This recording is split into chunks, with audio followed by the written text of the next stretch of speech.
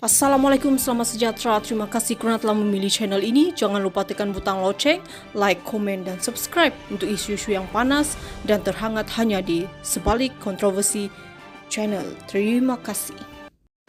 Putrajaya, kalau nak kata saya seorang yang perfect, saya mengaku.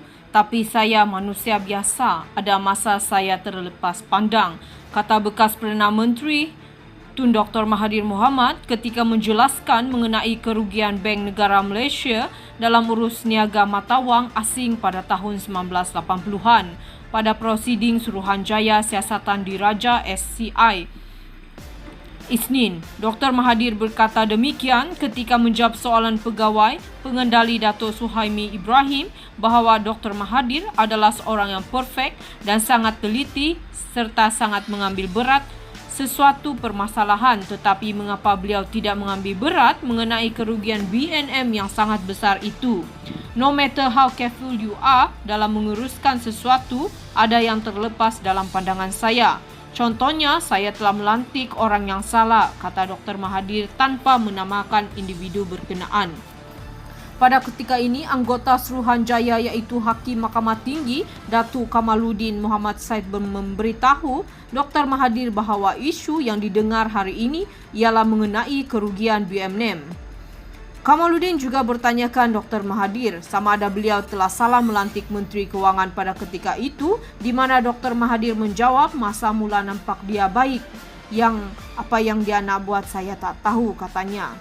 Pada soalan Suhaimi, sepatutnya Dr. Mahathir akan lebih mengambil berat mengenai kerugian BNM kerana ia juga dilaporkan oleh media asing.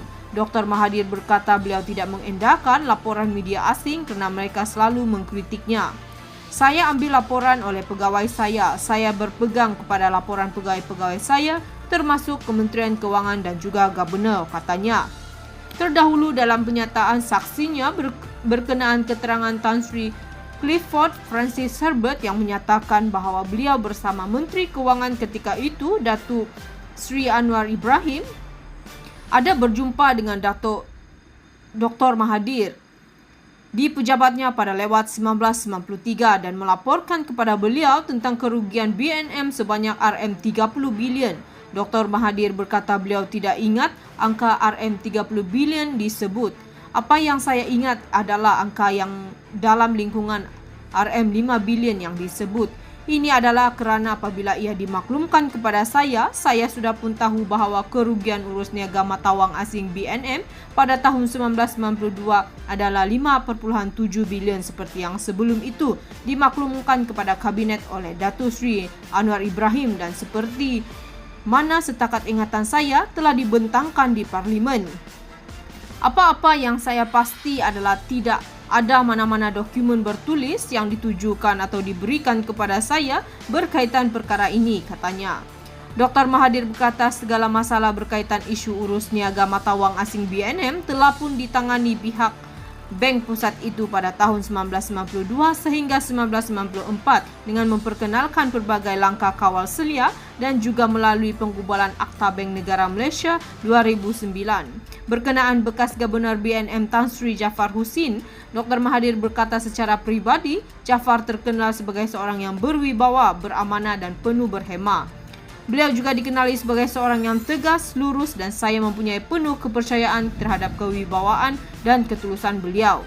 Saya juga menyatakan mana-mana kerugian urus niaga mata wang asing BNM dalam tempoh 1992 sehinggalah 1994 itu tidak boleh mencacatkan semua sumbangan baik dan jasa Jaafar yang telah berkhidmat demi kepentingan negara tanpa penat lelah, katanya. Katanya tindakan Jaafar mengambil keputusan untuk bertanggungjawab dan meletakkan jawatannya sebagai Gubernur BNM pada 1994 adalah satu tindakan yang sangat berhemat tinggi. Berhubungan dengan keterangan Anwar tentang mesyuarat Kabinet bertarikh 30 Mac 1994 dan 6 April 1994, Dr. Mahathir berkata setakat ingatannya tidak ada mana-mana fakta yang berbeza yang ditampilkan oleh Anwar semasa mesyuarat tersebut dalam kandungan dokumen laporan kewangan tahun BNM yang dikemukakan semasa mesyuarat Kabinet itu. Saya sungguh percaya memandangkan kerugian besar BNM adalah tidak dikenal pasti pada ketika itu, melainkan apa-apa jumlah yang tertera di dalam laporan kewangan tahunan BNM yang dibentang. Sekian berita dari Di Sebalik Kontroversi. Jumpa di isu seterusnya. Jangan lupa tekan butang like, komen dan subscribe.